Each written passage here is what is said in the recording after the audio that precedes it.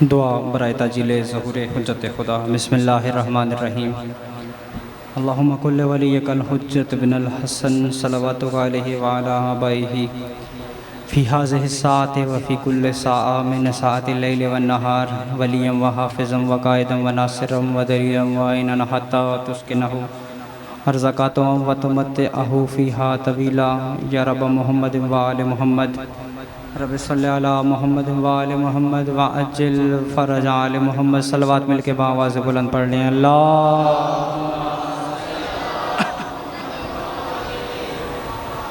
نعرہ تکبیر، نعرہ تکبیر، نعرہ رسالت، نعرہ رسالت، نعرہ حیدری، نعرہ حیدری، حسینیت، حسینیت، یزیدیت، یزیدیت، مل کے بآواز بلند صلوات پڑھیں۔ اللہ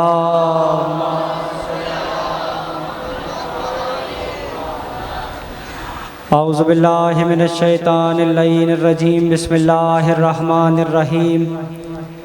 الحمدللہ الذی لا یبلغ مدحتہ القائلون ولا یحصی نعماءہ العادون ولا یعدی حقہ المجتہدون۔ الصلاۃ والسلام علی صاحب التاج والمعراج والبراق والعلم دافع البلاء والوباء والقحط والمرض والعلم اسمہ مکتوب منقوش فی اللوح والقلم سید العرب والعجم سیدنا و نبینا و شفیع ذنوبنا و طبیب قلوبنا ابی القاسم محمد۔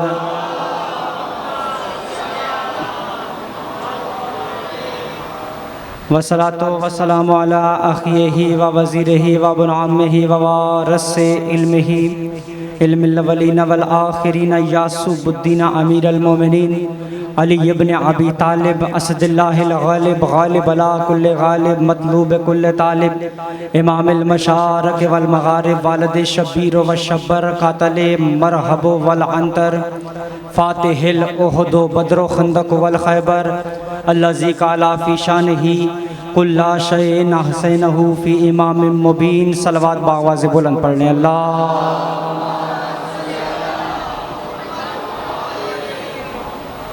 والصلاة والسلام علی اہل بیتہ الطیبین الطاہرین المعصومین ولعنۃ اللہ علی اعدائہم اجمعین۔ اما بعد فقد قال اللہ تبارک و تعالی فی محکم کتابہ المجید والفرقانہ الحمید وقولہ الحق۔ بسم اللہ الرحمن الرحیم۔ وَلَقَدْ يَسَّرْنَا الْقُرْآنَ لِلذِّكْرِ فَهَلْ مِن مُدَّكِرٍ۔ صلوات بآواز بلند پڑھ لیں۔ اللہ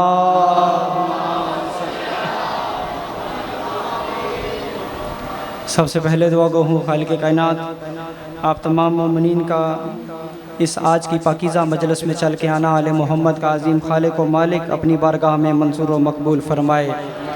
جو نیک حاجات نیک خواہشات لے کر آپ مجلس عزا میں تشریف لائے ہیں آل محمد کا عظیم خالق آپ کی تمام نیک حاجات کو پورا فرمائے۔ دعا گو ہوں خالق کائنات یہ آج کی سالانہ مجلس اور اس عشرہ محرم کا جو انعقاد کیا جا رہا ہے خداوند کریم اس کا اجر عظیم عطا فرمائے۔ جن مرحومین نے اس صف عزا کی بنیاد رکھی بزرگ عزادار بابا سید کرم حسین شاہ، بابا سید لال حسین شاہ، مولانا سید شاہ امیر کاظمی، بابا سخی شاہ پیارا کی جتنی اولاد اس دنیا سے رخصت ہو گئی ہے، بالخصوص قائد ملت جعفریہ آغا سید حامد علی شاہ موسوی نجفی کے مالک درجات کو مزید بلند فرمائے، قرب آئمہ علیہم السلام میں جگہ عطا فرمائے۔ یہ مومن نے جو دعا کے لیے کہا ہے ایک مومنہ مریض ہے خداوند کریم انہیں شفاء کاملہ و عاجلہ عطا فرمائے۔ دیگر علی رضا صاحب بیمار ہیں مالک انہیں شفاء کاملہ و عاجلہ عطا فرمائے۔ دیگر جتنے مومنین نے مجھے دعاؤں کے لیے کہا ہے خداوند کریم سب مومنین کی دعائیں اپنی بارگاہ میں مستجاب فرمائے۔ سید فاروق عباس بیمار ہیں خداوند کریم ان کو جلد از جلد شفاء کاملہ و عاجلہ عطا فرمائے۔ دیگر جتنے ماتمی عزادار بیمار ہیں خداوند کریم آج کے اس دن کے صدقے میں ان تمام ماتمیوں کو شفاء کاملہ و عاجلہ عطا فرمائے۔ کائنات کے حقیقی وارث مشن عزاداری کے حقیقی وارث امام زمانہ کا جلد از جلد ظہور فرمائے۔ ہم سب کو امام کے خادموں میں شمار فرمائے۔ دعاؤں کی قبولیت کے لیے مل کے بآواز بلند صلوات پڑھیں۔ اللہ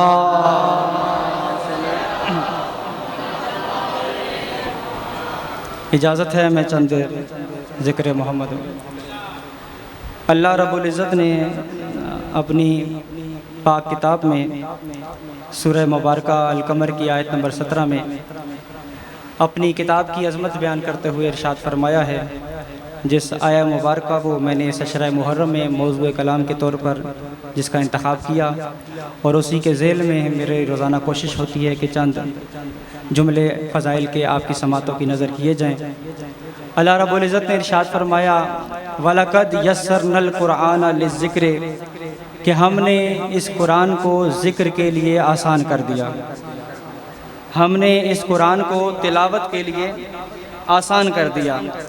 اور پھر آسان کرنے کا مقصد بھی بتایا، یہ نہیں کہ آسان کر کے آپ صرف اس کی تلاوت کریں، وجہ بھی بتائیے آسان کرنے کا مقصد کیا ہے۔ فَهَلْ مِن مُدَّكِرٍ، کہ کوئی تم میں سے ہے جو قرآن پڑھنے کے بعد اس سے نصیحت حاصل کرے۔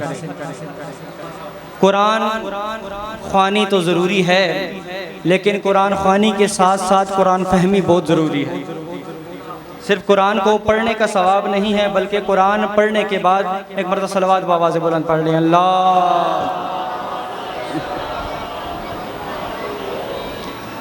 قرآن کو پڑھنے کے بعد قرآن سے نصیحت حاصل کرنا بہت ضروری ہے۔ کل میں نے جہاں پر اپنی گفتگو کو چھوڑا تھا وہیں سے ہی چند فکرے آپ کی سماعتوں کی نظر، کہ اللہ نے کامیابی کے جو 4 کلیے بتائے ہیں، جو 4 چیزیں بتائی ہیں جن کی وجہ سے انسان کامیاب ہو سکتا ہے۔ توجہ میری جانب رکھیے گا، میں آپ کی سوچ سے پہلے ممبر بھائی کے حوالے کروں گا۔ اللہ نے کامیابی کے لیے جو 4 کلیے بتائے ہیں، جو 4 فارمولے بتائے ہیں، کل میں نے آیت مجیدہ کی تلاوت کی تھی۔ اللہ رب العزت نے ارشاد فرمایا یا ایھا الذین آمنوا، اے مومنو اتقوا اللہ، اللہ سے ڈرو، وابتغوا الیہ الوسیلہ، اور اللہ تک پہنچنے کے لیے وسیلہ اختیار کرو۔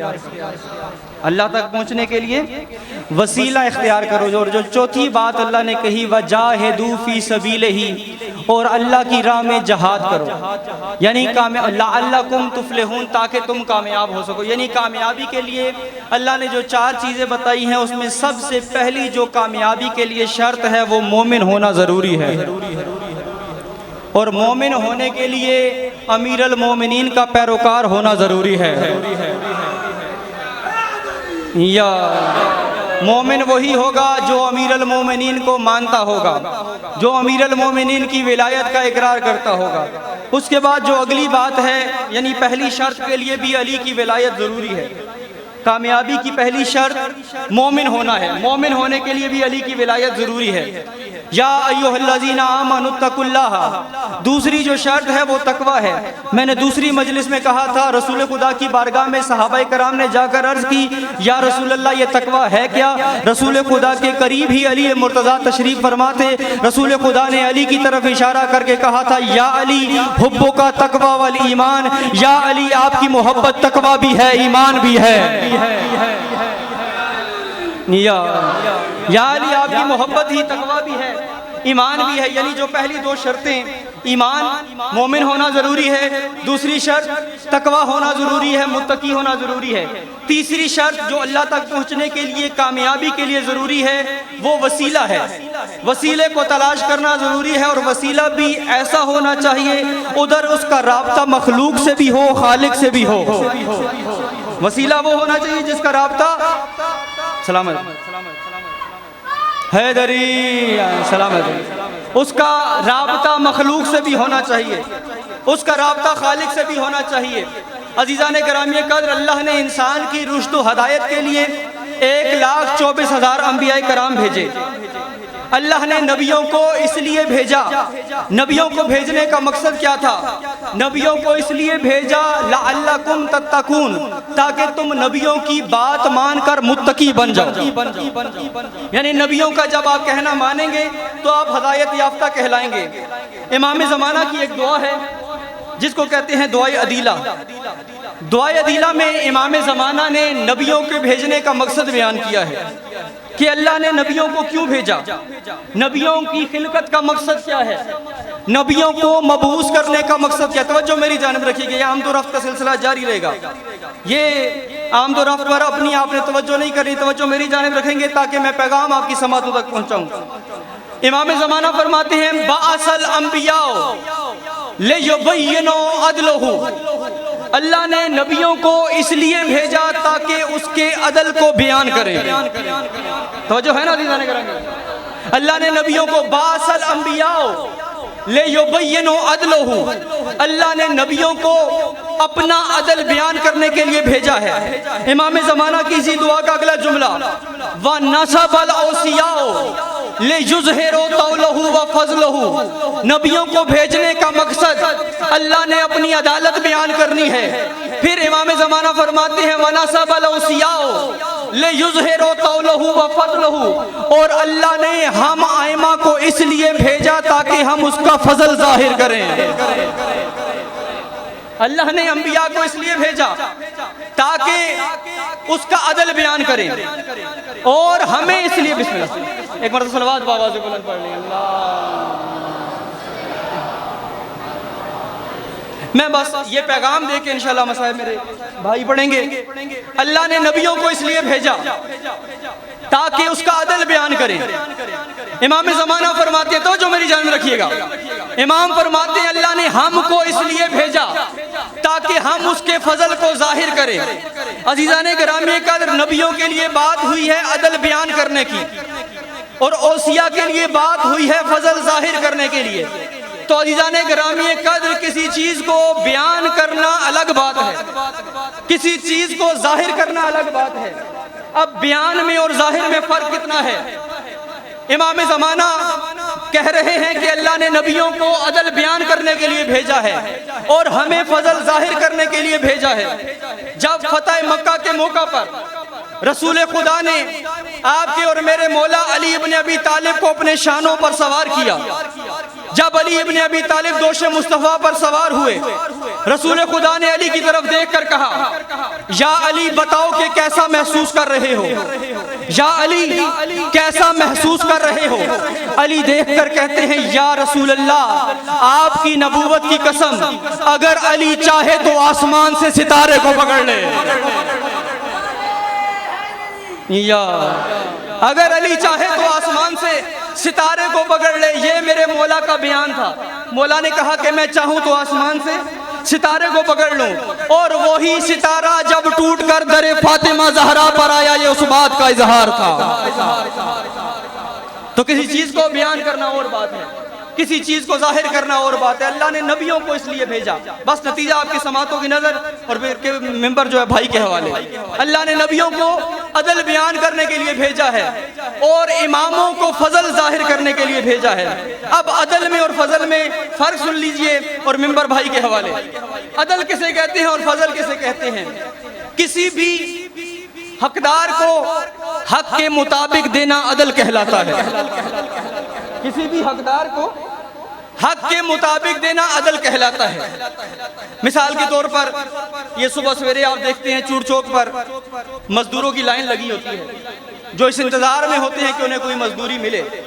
تو عزیزان گرامی قدر، اگر آپ نے ایک وہاں سے مزدور کو بلایا اور اس کو بتایا تو نے یہ کام کرنا ہے، اور آپ اس کے ساتھ مزدوری طے کرتے ہیں کہ اگر تو نے یہ کام کیا تو میں تمہیں بطور اجرت 500 روپیہ دوں گا، بطور اجرت 500 روپیہ دوں گا. مزدور آیا، اس نے کام کیا، اور جب کام مکمل ہوا آپ نے اس کو 500 دے دیے.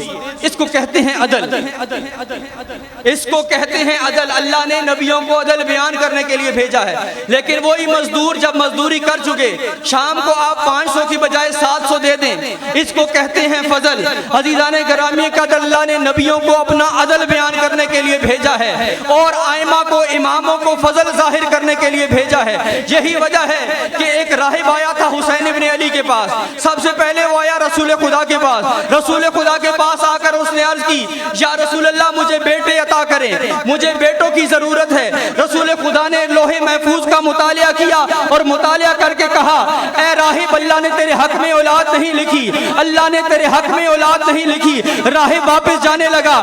ابھی مدینہ کی گلی میں پہنچا تھا، وہ حسین سامنے آ گیا جس کو اللہ نے صاحب فضل بنا کر بھیجا تھا.